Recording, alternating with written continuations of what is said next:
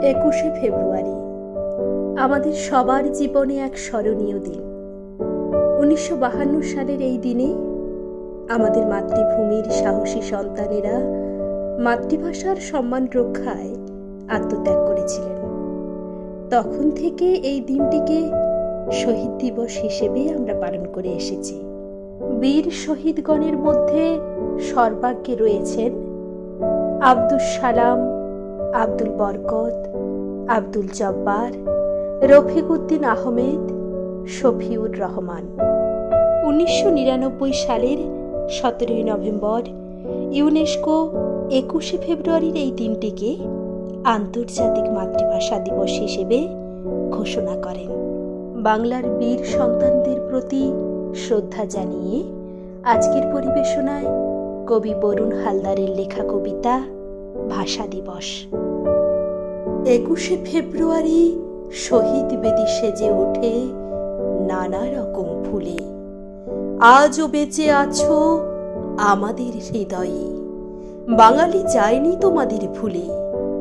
পাকিস্তানি সেনা গুলি চালিয়ে বাংলার বীর সন্তান নিয়েছে কেড়ে। সন্তান হারা মায়ের আর্তনাদ এখনো শোনা যায় বাংলার মাঠ ঘাট প্রান্তরে। প্রতি বছর 21শে ফেব্রুয়ারি এলে আমার রক্তে ক্রোধ খেলা করে।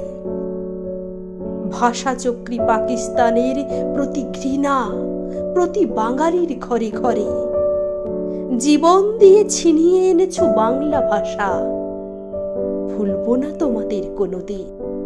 গর্বে মাথা উঁচু করে বাংলায় কথা বলি, কোনো দিন শোধ হবে না তোমাদের ঋণ। বাঙালির মাতৃভাষা কেড়ে নিতে চেয়েছিল যারা, আসলে তারা সভ্য মানুষ না। মাতৃভাষা দিবসে পৃথিবীর সকল মানুষ করে তাদের ঘৃণা। তোমাদের বলিদানে পূর্ব পাকিস্তানে বাংলা ভাষা নতুন জীবন পেল। তোমাদের শোকে শোকাহত পৃথিবী 21শে ফেব্রুয়ারি মাতৃভাষা দিবসের স্বীকৃতি দিল। পৃথিবীতে কেউ কোনোদিন যেন কারো মাতৃভাষায় আঘাত না হানে। বাংলা ভাষা প্রেমিকদের আত্মত্যাগে 21শে ফেব্রুয়ারি মাতৃভাষা দিবস হিসেবে সবাই মানে। মাতৃভাষা রক্ষায় অনেক সংগ্রাম, কত বীর বাঙালির আত্মবলিদান। 21শে ফেব্রুয়ারি শোকের মাঝে শান্তিতে করি তাদের জয়গান।